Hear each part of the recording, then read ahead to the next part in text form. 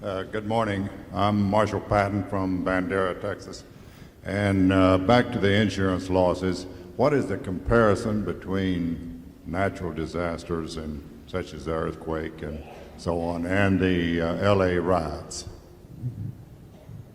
Well, I'm not sure what the connection. They obviously can both lead to super cats that we insure against, because if there is enough insured damage, it's likely to trigger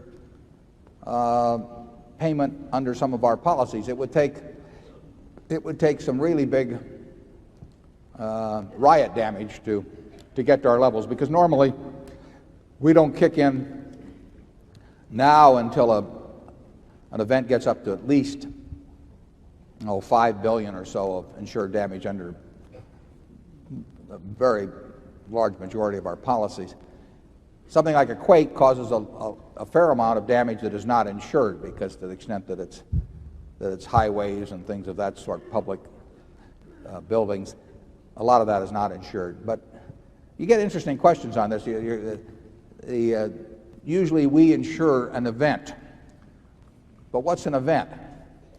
If you go back to the riots that occurred after Martin Luther King was shot, you had riots in dozens of cities.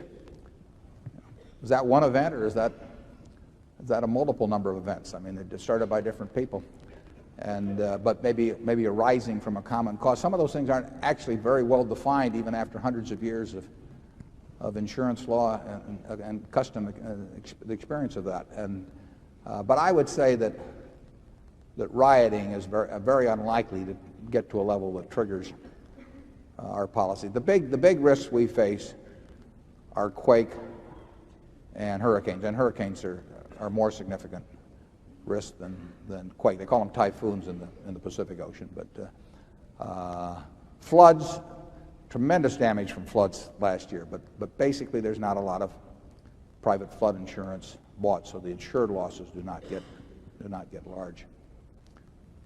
Just watch the Weather Channel. Zone 2.